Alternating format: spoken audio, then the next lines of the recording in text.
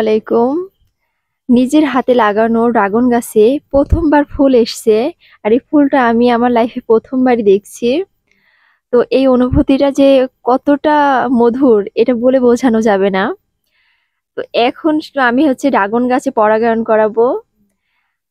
তো দেখা যাক কেমন কি হয়। তো আমি একে একে পরাগায়নটা করে দিব দুইটা ফুলে।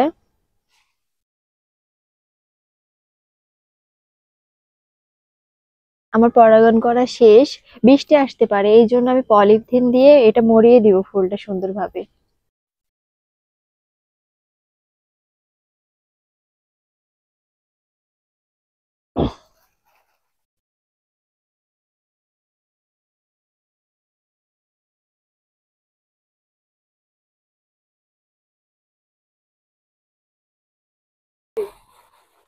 তো সবাই ভালো থাকেন, আল্লাহ হাফেজ, শুভরাত্রি।